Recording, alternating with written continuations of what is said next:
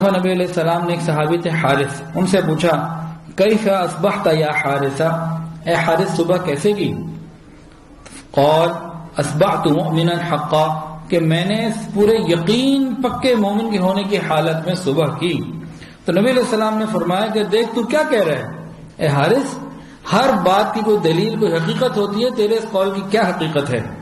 تو حارث نے ان کا جواب دیا کہ اللہ کے نبی، میں نے اپنے نفس سے علیحدگی اس سے اختیار کر لی اور اسے دنیا سے پھیر دیا، جس کے نتیجے میں میری نظر میں اس دنیا کے پتھر، مٹی، سونا، چاندی سب برابر ہو گئے۔ میں راتوں کو جاگتا ہوں، دن میں پیاسا رہتا ہوں، اور اے اللہ کے نبی میری یہ کیفیت ہو گئی ہے کہ میں اللہ تعالیٰ کے عرش کو اپنے سامنے کھلا ہوا دیکھتا ہوں، جنت کو میں دیکھتا ہوں کہ جنتی آپس میں ایک دوسرے سے کھیل رہے ہیں، بات چیت کر رہے ہیں، مزوں میں ہیں، اور جہنم کو دیکھتا ہوں کہ جہنمی آپس میں چیخ رہے ہیں، چلا رہے ہیں۔ جب اپنے ایمان کی یہ کیفیت آقا کو بیان فرمائی تو نبی علیہ السلام نے جواب میں فرمایا کہ حارث تو جان گیا ہے، اسی پر جمع رہے۔ تو یہ کیفیت صحابہ کرام کی تھی۔ ایک اور صحابی عامر بن عبداللہ فرماتے ہیں کہ اگر جنت اور جہنم مجھے نظر بھی آ جائیں تو میرے یقین میں اضافہ نہ ہو، ایسا یقین تھا۔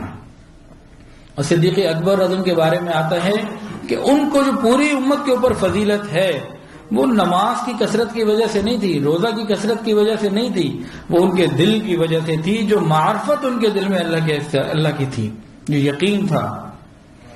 اسی یقین اور معرفت کا نام علم حال یعنی تصوف ہے، اور یہ علم کتابوں سے حاصل نہیں ہوتا، یہ کتابوں سے حاصل نہیں ہوتا۔ کتاب سے یہ پتہ لگ جائے گا کہ نماز کے فرائض کتنے ہیں، رکوع میں جھکنا کتنا ہے، سجدے میں ہاتھ کہاں ہو، آنکھیں کہاں ہو، ناک کہاں ہو، گھٹنے کہاں ہو، یہ ساری چیزیں علم فقہ سے معلوم ہو جائیں گی۔ لیکن جو نماز کی حقیقت ہے کہ نماز کے جب اللہ اکبر کہیں تو سلام پھیرنے تک اللہ کا غیر دل میں نہ آئے، یہ تصوف سے ملے گا۔